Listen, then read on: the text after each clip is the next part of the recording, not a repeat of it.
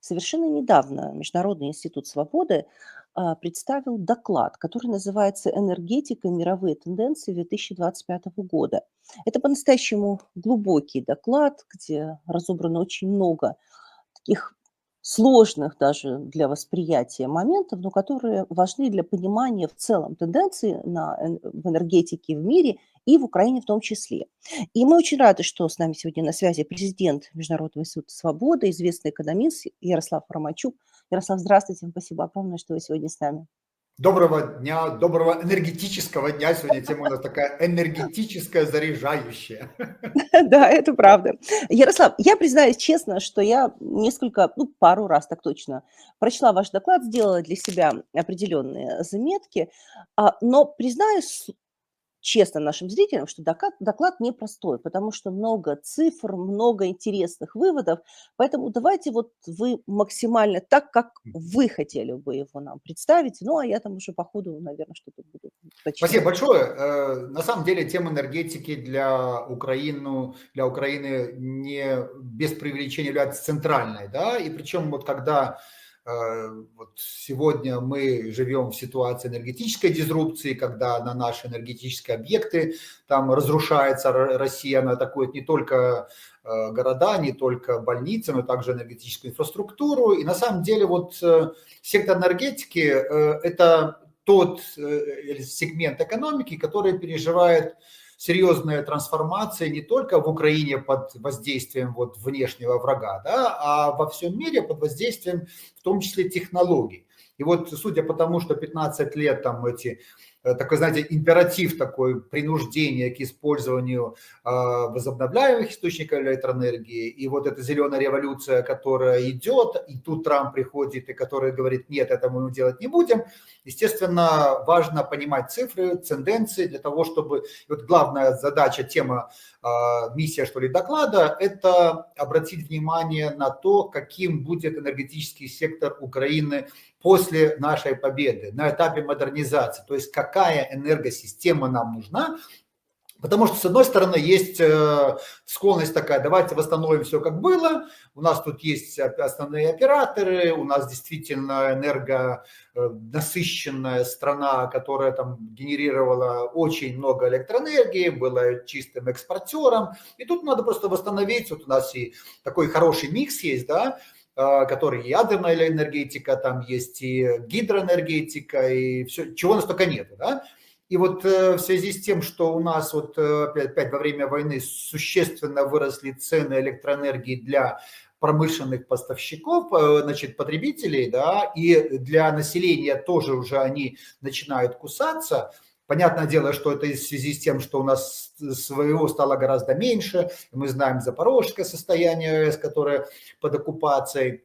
Вот, и вот столько, знаете, здесь нагорожено, потому что здесь вот либо энергетический сектор, это, то есть такой для начала, да, он является катализатором развития, и он способствует развитию всего остального в стране, промышленности, инфраструктуры, логистики, сельского хозяйства, сектора услуг, да, либо наоборот он является могильщиком развития. То есть тот режим действия энергетической системы Украины, который был до этого, мы все понимаем, там и олигархат, мы понимаем все, какие отношения были с Россией, и на самом деле через именно энергетический сектор, нефть, газ, электроэнергия, уголь, зашли сюда интерес российского бизнеса, потом Кремля, потом, собственно, оттуда пошло многое того, что и ослабило нашу конкурентоспособность. Именно поэтому, на мой взгляд, не были раньше разработаны наши нефтяные залежи, газовые залежи, абсолютно безобразно использовался уголь, электроэнергия была, вот сектор этот был то прихватизирован, то, значит, непонятно как разобран, реструктуризирован. И знаете, когда в стране там 3500 госпредприятий, энергетика под интересами частных крупного бизнеса, то есть понятное дело, что произошел такой очень опасный для страны захват органов госуправления энергетическими баронами, как их называю, которые, безусловно, очень хорошо работали, но является ли эта система перспективной для будущего? Поэтому здесь, вот, знаете, вот, является ли энергетический сектор, это очень важный вопрос, тем сектором, где Государство должно быть монополистом, должно быть собственником, должно быть управляющим в одном лице для того, чтобы вот обеспечить это самое устойчивое быстрое развитие. Либо, этот вопрос такой уже на вырос нам всем, в контексте тех документов, которые есть в мире, в Европейском Союзе, в Америке, в Британии, в странах Азии, это должен быть какой-то новый уклад, где функция государства должна быть иной, трансформироваться от того, что мы имеем, от того, что имеет там, скажем, другие страны. И вот вопрос, какой должна быть она, эта функция государства, тоже критически важный, на который мы должны ответить. То есть, грубо говоря, вот этот доклад позволяет нам оценить и технологическую часть, и, значит, роль государства, и роль рынка, и для того, и, собственно, для чего? Для того, чтобы понять, что рынок электроэнергии, это в мировом масштабе, это 10 триллионов долларов в год энерготоваров, это действительно лакомый кусок, и вопрос, кто на нем будет работать, либо это будет элементы конкуренции на уровне генерации, на уровне продажи, да, либо это будет, опять-таки, вертикально интегрированные монополии с захватом командных высот и регуляторки отдельными старыми игроками, будь то частными, будь то государственными, не имеет значения. Здесь как раз именно вопрос в том, что вот энергетическая система формально может быть государственной, но система регулирования, может быть, входа на рынок, тарифов, значит, управления может быть настолько под одной, двух, тремя там этими олигархическими структурами, что по факту это не имеет значения. Поэтому критически важно, чтобы вот все то, что мы видим в мире, да, лучший опыт применить у нас, нейтрализовать те старые болячки и проблемы, которые были, и, конечно же, идти вперед, используя как раз те сравнительные преимущества, которые есть, безусловно, у нашей страны. Поэтому вот такой широкий, что ли, взгляд там, если хотите, с птичьего полета на эту систему, там, этот как раз макровзгляд на энергетику, для того, чтобы понять, куда мы можем идти, куда точно не нужно идти, вот, особенно во время тех дисрупционных вещей, которые происходят во время войны. Да, вы хотели задать вопрос? Да, да, Ярослав, я хотела бы тогда, если можно, чтобы мы начали с общего понимания, как это в мире работает. У вас это Да, да, очень да. интересно, да, прослеживается, потому что я себе вот написала коротко, да, недешево и дальше по тексту. Что недешево, как это все, Да, да, да. да, да. И вы вот вспоминали, может влиять на прогресс или отставание, я написала для себя причины отставания Европы и дальше по тексту. Вот это интересно. Давайте тогда с общего. Да, вот смотрите, вот и когда Международное энергетическое агентство, оно может по-разному себя вести, но с точки зрения вот ведения статистики, да, это один из самых надежных источников, тут очень много статистики, докладов там очень много, всем тем людям, которые интересуются энергетической проблематикой, очень, очень важно читать, и есть много там мозговых центров, которые в этой секторе работают. Знаете, вот это агентство, оно для энергетики, как МВФ для макроэкономики. То есть там много цифр, и ты уже анализируешь цифры и выбираешь. Во-первых, первая очень важная вещь. Да, те люди, которые говорят, что эра значит, традиционных видов топлива закончилась, грубо ошибаются. И вот когда там есть такие цифры интересные, доля ископаемых видов топлива в производстве энергии в начале 2000-х годов была 81%, а сейчас она чуть меньше, чуть больше 80%. То есть за 25 лет, по сути дела, мы видим минимальное сокращение как раз ископаемых видов топлива, имеется в виду уголь, нефть, газ. Естественно, что с такими темпами к концу к 2100 году доля будет 2/3. То есть нам не нужно бежать впереди, там, быть святее Папы Римского, впереди паровоза этого зеленого и говорить, что Украина должна быть на 80% зеленой, иначе мы не будем соответствовать каким-то там европейским стандартам. Это не так. Причем, более того, когда мы смотрим на баланс, опять на цифры, то в 2024 году, 2023 году, цифры 2023 года, рекордный уровень потребления как раз традиционных видов топлива, рекордное потребление угля, причем угля Индия, Китай, Индонезия, вот страны Азии. И когда Европа опять-таки начинает, продолжает уже просто навязывать эту самую зеленую повестку дня, она приводит к тому, что по всем технологиям практически мы видим там, 2-3-кратное удорожание электроэнергии для промышленности и домашних хозяйств. То есть, когда абсолютно адекватно было бы применить здесь слово «не на часе», да? Когда вы понимаете, что есть современные технологии, которые там дозрели до коммерческого использования, и они могут наравне с другими, с этими с нефтегазовыми, с угольными конкурировать и делать электроэнергию по доступным ценам, это одно. Но когда вы на силу закрываете ядерные электростанции, там, переводите в режим обязательного квотирования зеленой возобновляемой энергии, при их существующих параметрах и работе КПД, это действительно резко удорожает электроэнергии. Вот просто цифру, да? Да, и я Если... тоже хотела цифры, да. И если можно, вы приведите, если нет, то у меня тоже. Да. То есть это то, что делает анализ и по странам Европейского Союза, и по Британии. Почему это важно для Украины? Потому что уровень доходов населения у нас, конечно же, гораздо меньше, чем в этих развитых странах. Так вот, если бы Британия не перешла вот на эти императивы зеленой энергетики, то среднее домашнее хозяйство платило бы там 2,7-3 раза меньше. То есть не там 5800 фунтов, да, а платило бы 1800. То же самое в Европейском Союзе. То есть, грубо говоря, если мы примем как данность некритически сегодняшнюю энергетическую повестку Европейского Союза, то ценник за электроэнергию домашних хозяйств Украины нужно будет увеличить минимум в 2 раза. Можем ли мы себе это позволить, когда у нас структура расходов домашнего хозяйства такова, что мы там 45-48% по-прежнему тратим на еду. Когда они тратят 12%, да, это одно. То есть у них будет тогда меньше сбережений, у них будет меньше там на образование, здравоохранение и так далее, и так далее. Но у нас вот тот микс, который есть, он, конечно же, гораздо более адаптирован к уровню доходов населения и уровню экономической активности Украины, потому что если мы сюда еще врубим вот этот энергетический тариф, который нам с зеленой там повесткой дня навязывают, это действительно будет очень серьезная деиндустриализация. Деиндустриализация, знаете почему будет? Потому что это, когда мы говорим про современные технологии, роботы там, и так далее, да, это действительно они гораздо менее энергоемкие, но для того, чтобы они сюда зашли, нужны как раз те институты, которых у нас нету. Имеется в виду верховенство права, открытая конкуренция, макроэкономическая стабильность. То есть мы не можем идти впереди паровоза, выдернуть из всего контекста проблем одну энергетическую и сказать, давайте мы будем зеленую сталь сделать, зеленое то, зеленое все, и будет нам счастье. И вот причем, знаете, вот когда мы смотрим на цифры, сравнивая те же тарифы в Европейском Союзе Америки, в Китае действительно Европейский Союз серьезнейшим образом проигрывает.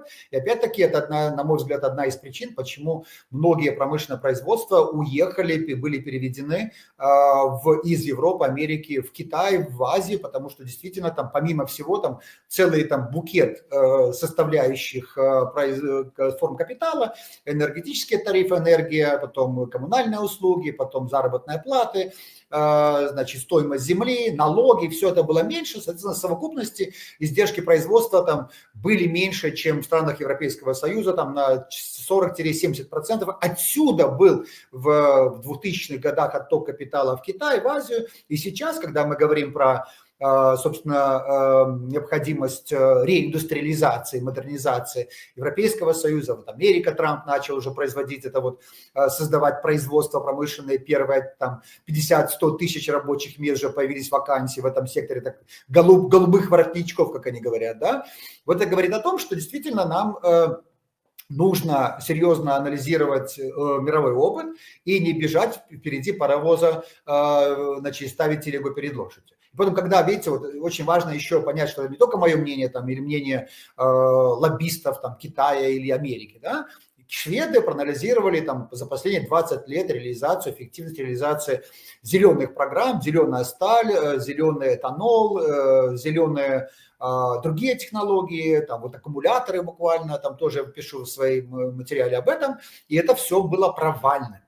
То есть, друзья, если в Европейский Союз их дисциплиной производства, с их там, значит, с отношением к труду, с их доступом к капиталу, провалились и не сделали конкурентные продукты, неужели вы думаете, что у нас государственные органы, государственная корпорация получит миллиарды долларов и сделает что-нибудь лучше? Вот я в этом очень сильно сомневаюсь. Поэтому, исходя из этого всего, важный вывод, что первое, не надо стремиться искусственно ограничивать традиционные источники топлива для производства, генерации электроэнергии, да, для генерации энергетических товаров, а сделать все для того, чтобы доступ, то есть условия работы на рынке всех генерирующих устройств, добывающих, были одинаковые. То есть не нужно там налогами, регуляторными вещами, кредитами, доступом к земле, существенно там создавать особые условия для, например, там ветряков или для солнца, или для биогаза, или для этанола, а потом говорить, а потом еще, знаете, делать такую государственную программу закупок электроэнергии там по завышенному нерыночному тарифу, как, собственно, у нас это было. То есть это на самом деле тупиковый путь, и я так понимаю, что и американские штаты многие, и, значит, Европейский Союз уже приходят к пониманию именно этого. Ярослав, у нас есть таблицы, которые Мгм. нам прислали ваши коллеги. Мгм. Я попрошу сейчас режиссера прямого эфира их Мгм. показать.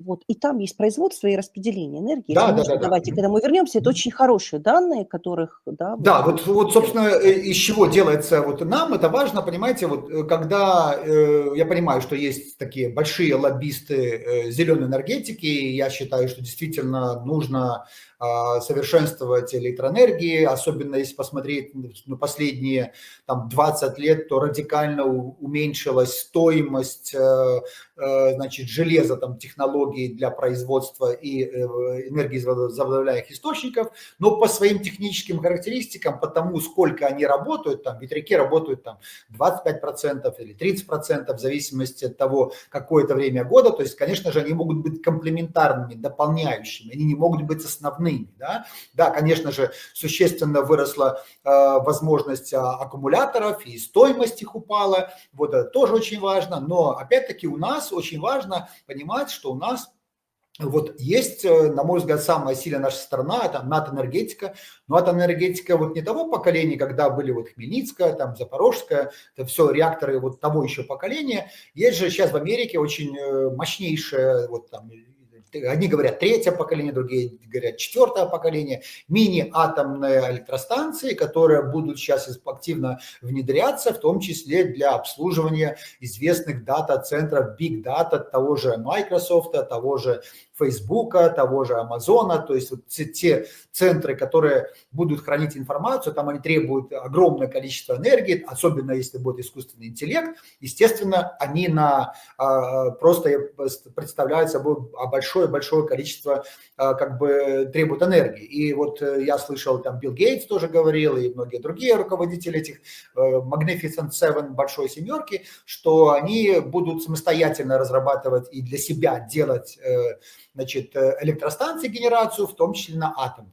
Потому что ветряки и все прочее, это, конечно, хорошо, но это мало. И вот здесь вопрос, да, вот если у нас действительно позволяла бы возможность делать, предоставлять эти услуги по электрогенерации для этих компаний, то это как раз возможность для создания совместных предприятий и экспорта услуг для именно тех компаний, которые имеют вот потребность в том, чтобы размещать свои сервера, свои вот эти big data центры именно у нас. Мы вот это должны рассматривать именно с точки зрения входа на рынок, если у нас будет дешевле, вот, если у нас будет надежнее, если у нас действительно инфраструктура позволяет работать на наш регион, на Европу, Евразию, то почему бы нет? Это как раз то, с чем нужно приходить. И надо здесь было бы ориентироваться не на как раз технологии там давно минувших лет, потому что вот то, что нас спора вызвало, там это вот в Хмельницком реакторы в Болгарии покупали, да, там одни говорят, что это там стоит 6-7 миллиардов долларов, другие говорят, что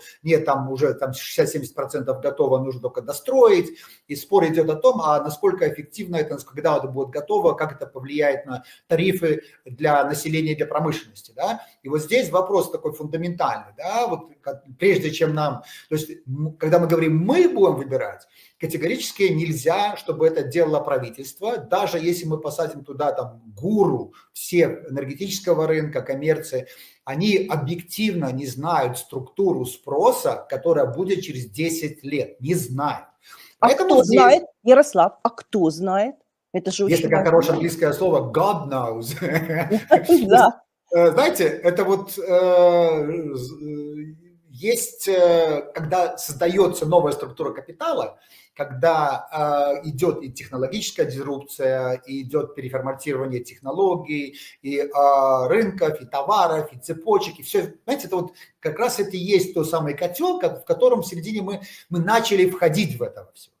И вероятность совершения ошибок чиновниками, если они возьмут на себя смелость или наглость, или тщеславие сказать, мы знаем, какой микс будет для Украины хороший, это как раз то, чего они делать не должны и чего экономическая наука им запрещает делать. Почему? Потому что, опять-таки, есть элементы, которые должно сделать государство. И вот здесь важнейший элемент, да, что должно в условиях, по-любому, какая бы ни была вот генерация, каких бы источников не было, провода нужны? Нужны. Сети smart grids нужны? Нужны. Вот. И это вот именно элемент вот этих инфраструктурных проектов в энергетике, которым, опять-таки, должно заниматься в данной ситуации государство. Провода, эти установки, вышки, то, что сделает возможным распределение электроэнергии, доступ к любому части любого производства жилого какого-нибудь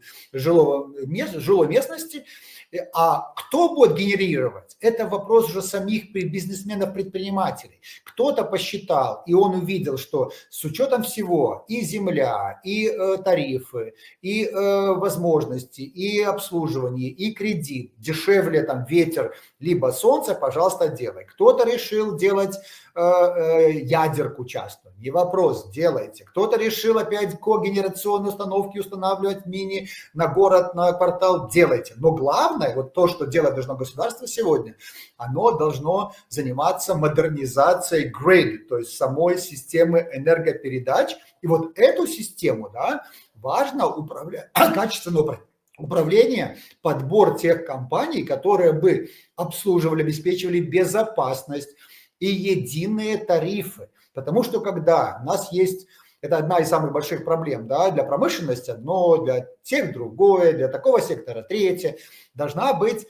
понятная, четкая тарифная политика. Я бы здесь ее там не придумывал, просто есть определенная там структура затрат, и вот эта структура затрат должна поддерживать жизнеобеспечение, постоянную модернизацию в рабочем порядке вот этих самых сетей. Все остальное, пожалуйста, ребята, на рыночных условиях делайте, причем здесь максимально. Значит, мы должны подключены были, очень важный момент, да, подключение, это ОСР нам рекомендует, Европейская комиссия рекомендует, быстрое подключение, вхождение в единую энергетическую сеть для того, чтобы, опять-таки, вот мы были в том едином рынке. Но вопрос генерации наш внутренний, вопрос децентрализации абсолютно должен быть. Нельзя, чтобы был диктат центра относительно того, как там Хмельницкой области, либо Винницкой, либо Ивано-Франкивской, либо еще что-нибудь, навязывать какой-то микс сверху, потому что это как раз и есть попытка сохранения старой еще советской распределительной системы, когда в центре все решалось, а внизу, ну, вы уже получаете, что мы вам решили. Сразу несколько вопросов, Ярослав. В каких государствах вот эти распределительные системы, о которых вы говорите, работают эффективно? Потому что вот, вернусь тогда еще к этому вопросу. Вот давайте, в каких странах? Вот в Германии система Smart Grid, они, по-моему, лет 10 уже инвестируют в этот раз. Ирландия, безусловно, Австралия, Новая Зеландия. А как это работает? Как это работает? Смотрите, вот здесь вопрос же, то есть не то, что там Smart Grid – это такая умная сеть, это современная такая вещь, она должна реагировать на то, что, например, если вы там, условно, у вас небольшая электростанция есть, да, там, неважно на чем она, биотопливо, либо там на солнце, либо на ветре. И вот, например, когда вы можете потреблять, или вы, наоборот, можете в сеть отдавать.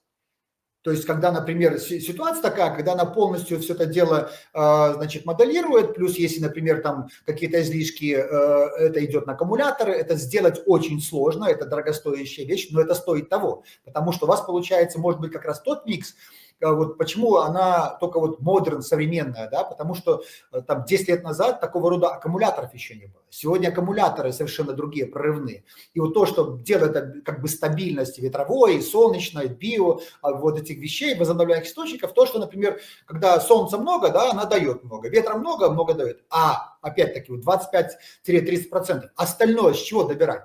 Остальное добирать нужно с чего-то, с другого, значит, либо ты подключаешь аккумуляторы, либо у тебя есть основные вот источники, которые являются углеводородными, там, газовыми и так далее, и так далее. Вот это smart grid, она все это регулирует, например, нет такого, что либо у тебя слишком много, тогда у тебя просто, ну, что-то отключается, либо слишком мало, тогда тоже отключается. Blackout – это из-за того, что случается, что как раз не выдерживает сеть. И вот я бы уделил внимание, вот, например, если наши там партнеры хотят нам помочь с энергетикой, да, то мы должны сделать такое законодательство, согласно которому вот это вот концентрирует внимание, усилия государства на сетях самих, да, на вот именно от генерации до распределения. Вот этот, условно, вот эта государственная монополия, которая должна быть, но она не является, во-первых, не должна быть частной, то есть она не должна быть захваченной производителем электроэнергии одного сектора, да, не атомным лобби, не угольным лобби, не возобновляемым лобби. Это просто должно быть нейтрально с точки зрения экономики и с точки зрения генерации. Это очень важно, да. И вот когда у нас это вот очень большая проблема, потому что у нас вот этого нейтральности никогда не было.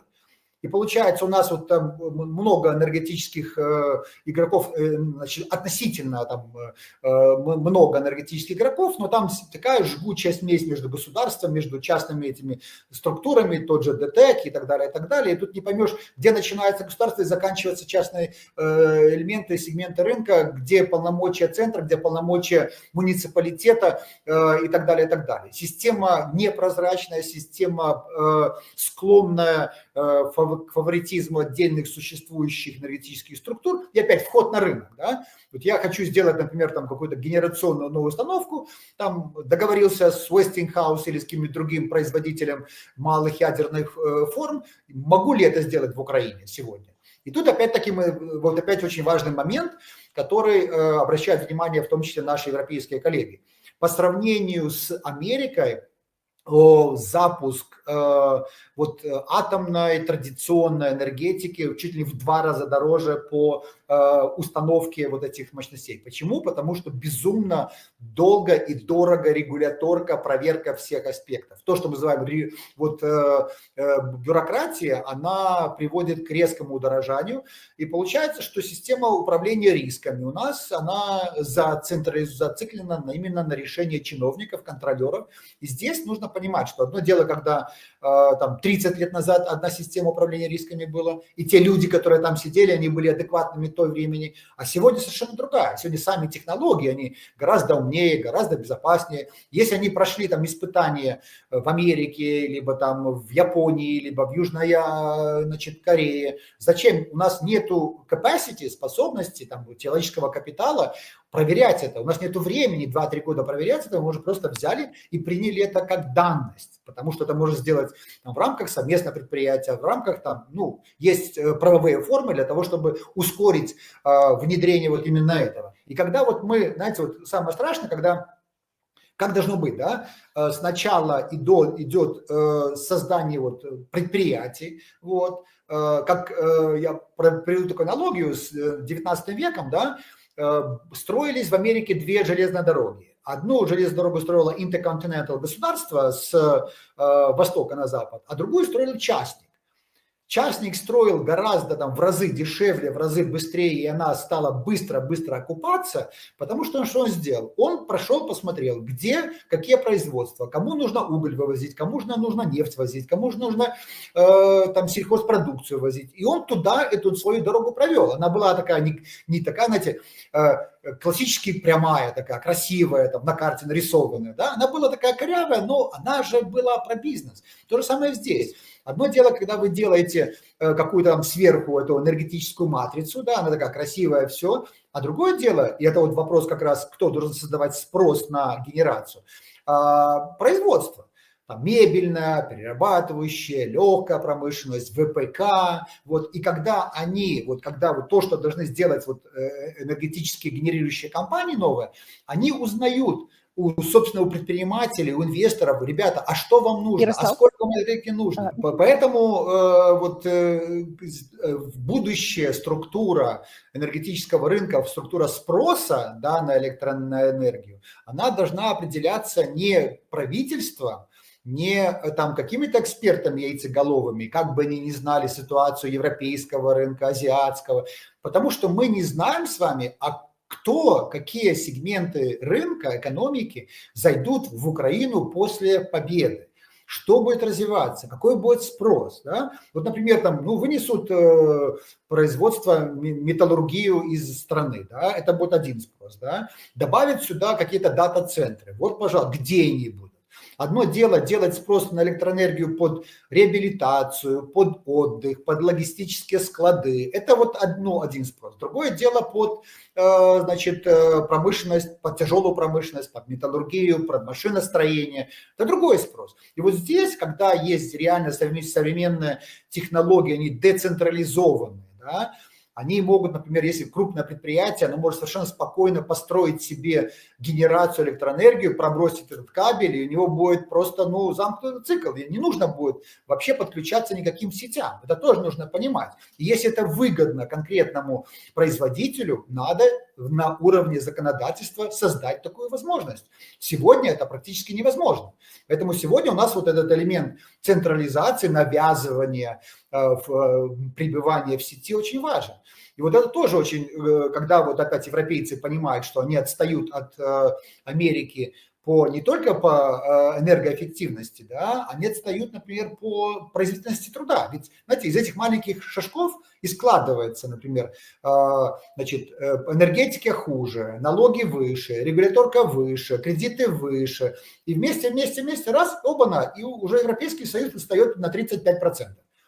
И если мы в этом этапе, где мы находимся, а у нас этап, мы самая бедная европейская страна с производительностью до $20 в час, да, то есть средняя там 80 в Европейском Союзе, то есть мы на 3-4 раза отстаем. Если мы будем принимать решения в энергетике, которые будут цементировать отставание вот по этим компонентам, то, естественно, мы на темпы роста 7% ВВП в год в течение 20 лет никогда не выйдем. То есть, когда мы говорим про необходимость энергетической реформы, мы как раз и это имеем в виду, что мы должны сделать минимальные издержки производственные, минимальные издержки налоговые, регуляторные. И вот эта энергетика, особенно если мы претендуем на то, чтобы сделать декатаизацию глобальных цепочек ценностей, нам действительно нужна очень мощная энергетика, не только мощная, но и дешевая. А дешевая, она не может быть, как вот сейчас 20 центов киловатт-час для промышленных предприятий. По 20 центов сюда никто не придет. И большие производственные мощности не принесет. Да? Если наши уже начинают жаловаться, что вот было когда-то там до 10, а сейчас 20. Ух ты, так это еще население еще платит непонятно сколько. Да? И вот здесь вот эти технологические решения, вот в рамках существующей системы мы видим затыки, мы видим те вот эти тромбы, да, по которым этот рынок на самом деле не работает, он еще работает по старым лекалам.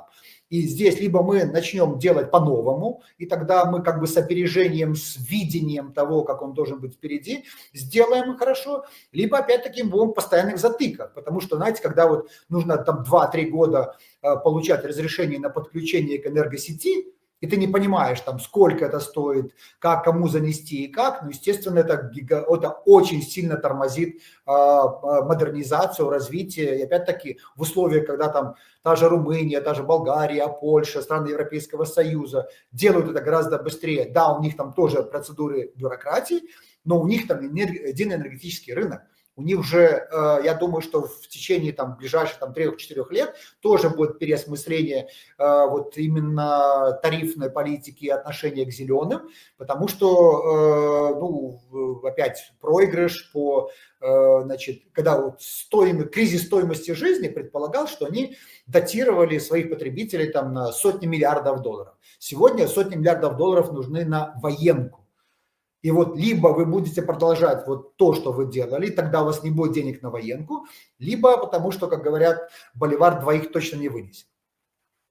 Ярослав, я хотела бы вернуться к двум вещам. Вы сказали, что нужна дешевая электроэнергия, нужно более низкие тарифы. Но если мы говорим о более низких тарифах, то это, наверное, классическая, да, атомная энергетика и потому что там гидроэлектроэнергетика. А если это гидроэлектроэнергия? А если это так, то тогда здесь, именно в этих вот сферах, это же здесь доминирует государство, это очевидно, да? Ну, тут понятно. Может быть, вы меня сейчас поправите, может, я что-то не понимаю. Это как бы с одной стороны, да? С другой стороны, вот даже в Украине мы на себе испытали, просто на себе, как во время бомбежек, для нас было важно вот это вот маленькая энергетическая независимость, когда города подключались вот к каким-то отдельным источникам питания, и даже вот и диверсификация тоже, насколько это было важно. То есть возникает, ну, в голове у меня возникает такое определенное противоречие между вот дешевой электроэнергией, которая там получается очень классическим путем каким-то, да, и совершенно другая история. Вот как это все может соотноситься, и насколько, в принципе, и как это, может быть, в мире это работает, и насколько в мире уже тоже они понимают вот и работают с этой диверсификацией.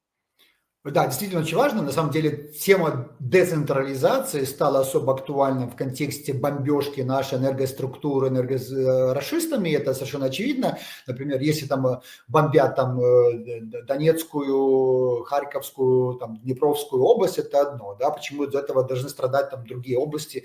Почему они за 3 года не могли обеспечить как раз независимое энергоснабжение? Потому что у них там риски бомбежки на самом деле гораздо ниже. Да? А потому что им никто не дал. Вот в том-то и дело, что вопрос всегда в том, чтобы, вот и опять мы возвращаемся к ключевому элементу сети, чтобы у нас был smart grid, у нас была единая там энергетическая система, но одновременно у нас, например, если есть возможность сделать генерацию, современную генерацию, частную генерацию в какой-то области, в каком-то городке, вот есть там, я знаю, городки в Чехии, Словакии, в Германии, да, где там городок 4-5 тысяч жителей, даже до предприятия там есть 20 тысяч, у них есть маленькая там генерирующая установка, и они совершенно спокойно там и тепло получают, электроэнергию получают, это стоит там абсолютно нормальные деньги, вот, в случае чего там у них опять-таки подключаются они к общей национальной сети, вот это как раз регулируется. У нас же правила входа на рынок – это огромная проблема, выхода на рынок или делать независимую генерацию – огромная регуляторная проблема, потому что, на мой взгляд, чиновники просто не хотят думать стратегически и сохраняют старое, которое есть. И вот здесь, когда вы говорите, да, государство должно понимать, да, вот, ну, конечно, есть земля, да, есть сети, это все наше. Вы определите, пожалуйста, правила, по которым частные инвесторы могут делать любую форму генерации, предполагая, что он, конечно, соответствует критериям безопасности. Если мы с вами покупаем маленький ядерный реактор, с вами на двоих, да, мы делаем компанию, у нас есть и сертификаты, у нас есть люди, которые их обслуживают, все так далее. Ну вот мы решили сделать вот это. Вы думаете, нам просто дадут его установить где-нибудь там, не знаю, в Луцке или в Ровно, или в Тернополе? Нет. Нам скажут, а что вы такое тут приехали, непонятно что, у нас своего хватает. Вот, поэтому здесь, опять-таки, здесь нужно найти, как бы определить правила. Если правила свободного входа на рынок, то не надо нам всячески, значит, защищать интересы старых производителей, особенно если они делают электроэнергию, ну, совершенно, ну, такими с большими издержками. Вот, это одно. Второе, то есть очень важно, то есть здесь либо мы даем особый там режим или правила доступа до земли или гидроэлектроэнергии до водных ресурсов. Я не вижу ничего проблемного в том, чтобы купить, например, какую-то речку или какую-то водную часть водоема при соблюдении экологических норм, потому что, например, как тот же Эрнандо де Сото, перуанский экономист, писал, вот это и есть капитализация, повышение стоимости уровня жизни и качества жизни. Потому что на самом деле мы же про что говорим? Если у нас будут тарифы на электроэнергию и разнообразие будет больше, соответственно, значит, риски отключений, риски повышения тарифов, риски неопределенности для бизнеса будут совершенно другие. А мы, собственно, этого добиваемся. Если приходит к нам какой-нибудь инвестор, и он говорит, я буду там дата-центры ставить, дайте мне, пожалуйста, там гигаватт электроэнергии там на какое-то время, но он должен быть уверен, что до гигаватта у него будет. Либо у него там договор с обезличенным государством, либо он, опять-таки, договор с частными корпорациями, которые это делают, поставляют ему. Опять-таки, это все же платим налоги, создаем рабочие места и так далее, и так далее. Это все очень даже хороший, нормальный бизнес. То есть здесь вот коммерческую часть нужно подключать и реализовывать, выстраивать энергетический новый рынок именно не вопреки рынку, не давайте мы дополним чуть-чуть нашу государственную монополию рыночными механизмами, а с точки зрения наоборот, навпаки, когда мы будем делать все на рыночных требованиях, условиях, но вот эту монопольную часть государства, которая связана с жизнеобеспечением, там, например, ВПК нашего, там, критически важных для жизнеобеспечения, для обороноспособности государства объектов, она 100% была обеспечена. И я уверен, что на это бы работал и частный рынок, и это работал бы и другие компании, в том числе энергетическая система, значит, Европейского Союза. То есть здесь решения технологические есть, нет у нас решений законодательных, регуляторных. А как их сделать, это опять-таки у нас есть, вот если мы просим там военную помощь, точно так же можно было бы, есть специализированные организации, которые занимаются как раз энергетическим рынком. Я в Вашингтоне таких ребят знаю, в Брюсселе таких знаю, которые бы приехали и просто бы сделали оптимальную регуляторную среду именно под новый, вот, растущий частный энергетический рынок. Ярослав, я много лет беру интервью, которые так или иначе связаны с энергетикой. И единственное, что я точно помню, и реакцию вот украинцев на то, что если мы говорим о рынке электроэнергии, это значит, что цены автоматически идут вверх. То есть каждый раз, когда заходит этот разговор, украинцы понимают, значит, цены вырастут. И в этом смысле вспомнилась эта Европа, которая там платит намного больше, да, за электроэнергию и дальше, чем, скажем, та же самая Америка. Вот какие здесь есть угрозы? Вот вы исследовали, как украинцы, потому что после войны не только там бизнес будет выходить и экономика очень сложно, но и украинцы-то тоже как-то должны выйти из этого состояния. И вот что с тарифами, если вот так, как вы? Да, вот очень важно, спасибо большое, потому что действительно это важно, и люди думают, что если будет рынок, то это будет вообще капут, и мы будем тратить там не 2, а 5% домашних расходов на электроэнергию. Друзья, это как бы опять старое мышление, да, вот от того, что у нас есть рыночные отношения на любом секторе товаров и услуг, да, что бы вы ни взяли, не значит, что у нас цены запотолочены. Но взять, например, услуги стоматологии. Разве у нас дороже, чем в Польше, Германии или Канаде или Америке? Нет. У нас нормальный, классный рынок. И опять-таки условия работы гораздо лучше работает наша стоматология, чем американская, чем польская, даже чем немецкая, потому что это здесь гораздо больше этих рыночных инструментов. То же самое здесь. Знаете, вот есть два рынка, да, которые люди боятся, что будет там караул, и там будет именно только вверх-вверх. Это рынок недвижимости, да, который постоянно растет, и у нас представление, что он никогда не падает. Хотя есть огромное количество данных, что есть серьезные корректировки и по рынку коммерческой недвижимости, и по рынку жилой недвижимости. Вот китайцев спросите, вот буквально сейчас, как они себя чувствуют с своим представлением, что квартиры никогда не дешевеют. Да? И то же самое электроэнергия. Вот заметьте, Трамп, вот сейчас, когда он говорит про дебюрократизацию, про drill, про изменение энергетического рынка, он же говорит первое, он же не говорит, что я установлю железным кулаком тарифы, и вы будете платить меньше. Он говорит, я создам предложение электроэнергии, что стоимость жизни и стоимость электроэнергии будет падать. И у них цена бензина вверх-вниз, цена электроэнергии вверх-вниз, это значит работают рыночные механизмы. А у нас вот то, что население платит или промышленные предприятия платят, это совок, это социалистическая экономика в конкретно взятом энергетическом секторе. Например, когда вот ОСР, там Всемирный банк делают аудит нашей системы, они говорят, друзья, до 2021 года, до войны, грубо говоря, да, 80% зданий жилых было энергонеэффективными. Почему? Потому что строились черт знает каких материалов. И поэтому, говоря, где искать источники как бы сбережений, Это не то, что будет государство что сделать, генерация будет делать. Здесь всем нужно понимать, что нужно переходить на рыночные тарифы. Для кого-то они будут дороже, но тот, кто будет, опять-таки, правильно управлять вот этими всеми издержками, тот получит рыночную цену. Но рыночная цена в Европе тоже не рыночная цена, потому что там как раз вот эта вот бюрократическая составляющая, это вот зеленая составляющая, она делает тарифы в 2-3 раза дороже. Я не вижу ни одного основания, чтобы у нас была цена выше, чем, вернее, ниже, выше, чем в Америке. Если в Америке она там в 2-3 раза ниже, чем в Европе, да, то при существующей технологии, при ценах на землю, при бюрократической составляющей, даже вот при этом, скажем так, вот там этом плате за энергетическую безопасность в плане доступа к сети и так далее, у нас не могут быть тарифы выше. То есть если у нас будут тарифы, если мы будем там заставлять нашу генерацию там на 40-50% переходить исключительно на зеленый тариф, тогда действительно мы похороним нашу промышленность или большую часть. Если же этого не будет, тогда у нас будут тарифы, ну, немножко выше, но у нас сегодня уже для промышленных предприятий, надо понимать, да, тарифы существенно выше, чем в многих странах Европейского Союза. Это без реформ. Это не потому, что у нас какие-то особые там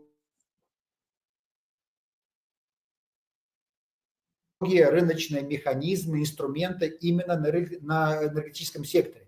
Энергия – это услуга, которая необходимо подходить с рыночными лекалами. Если вы будете подходить с лекалами совка госплана, будет проблема. Да, знаете, когда энергетическая система Украины, она была очень эффективна, она была емкая была в рамках советской экономики, в рамках той системы. Та система уже никогда не вернется. Это сегодня технологии, по сравнению с тем, что было в начале 90-х, это небо и земля. И нам просто абсурдно смотреть на прошлое, как на какой-то, знаете, вот бенчмарк, на какую-то там мерило эффективности энергосистемы. Мерило должно быть одно – стоимость киловатт-часа. У нас